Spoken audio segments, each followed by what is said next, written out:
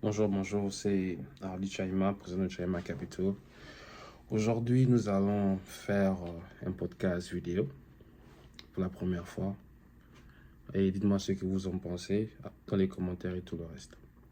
J'espère que vous allez bien. Moi, ça va très bien. Euh, j'ai eu beaucoup de questions venant de tout le monde, de ceux qui me suivent, de la famille et tout ça par rapport à la DV Lottery.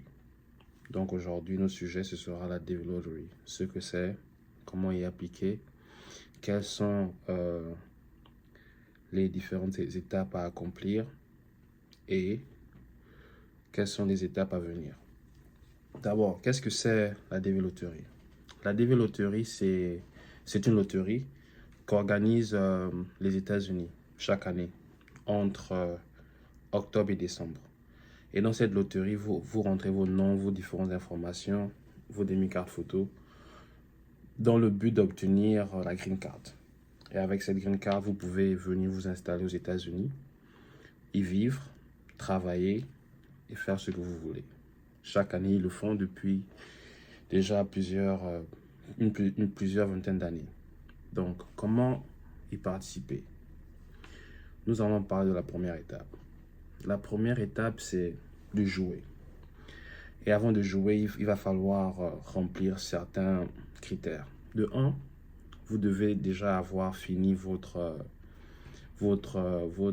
lycée, c'est-à-dire que vous deviez déjà avoir votre bac. De deux, vous devez être en possession d'un photopasseport 51 par 51 cm avec fond blanc. Pas différentes couleurs, un fond blanc. Et vous devez aussi remplir correctement votre application, ne pas faire d'erreur. Par la suite, si vous avez des enfants, c'est mieux de les inclure à l'intérieur. Inclure vos enfants à l'intérieur ou votre femme ne réduit pas vos chances d'avoir la green card. Si on vous l'a dit, ce n'est que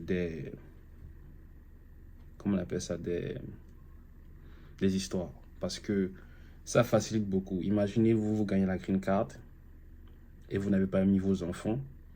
Pour pouvoir faire venir vos enfants, ce sera plus d'argent, plus de mal de tête.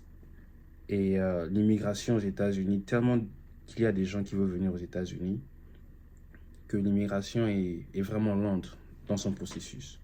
Donc, pour éviter tous ces problèmes, il est mieux que vous mettez le nom de votre femme, si vous avez une femme, et le nom de vos enfants, si vous avez des enfants. Par la suite, lorsque vous avez rempli le questionnaire qui est online, je vais mettre dans la description le site là où vous pouvez faire tout ça. Vous allez recevoir un numéro.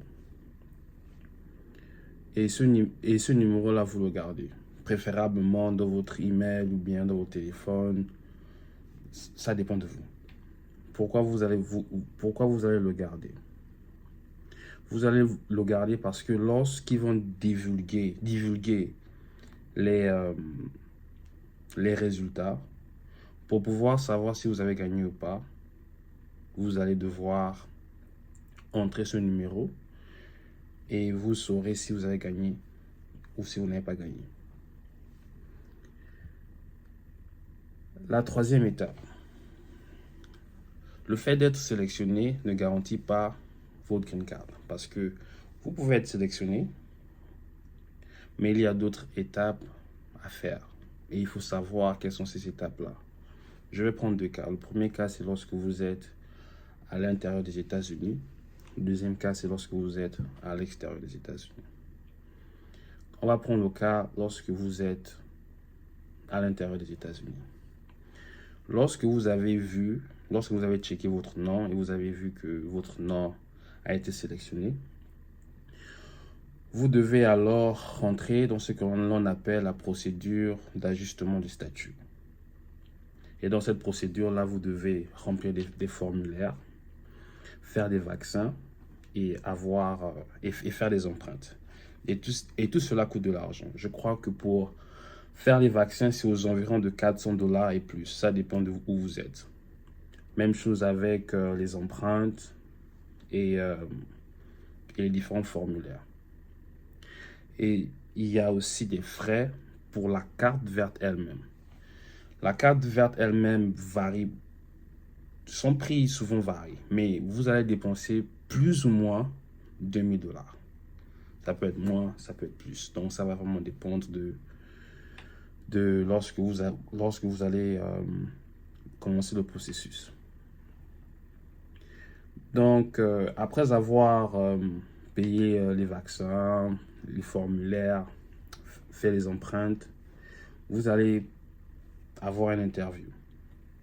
Et cette interview, c'est juste, on va dire, une interrogation de qui vous êtes, un peu vos backgrounds, votre identité, ce que vous avez fait. Parce qu'à la fin, ils veulent connaître qui vous êtes, en gros. Et ils veulent aussi savoir si vous n'êtes pas un terroriste, si vous n'avez pas d'affiliation terroriste et tout ça. Et après cela, vous êtes officiellement quelqu'un qui a la green card et qui peut travailler, aller à l'école. Vous êtes considéré comme un Américain quand vous avez la green card.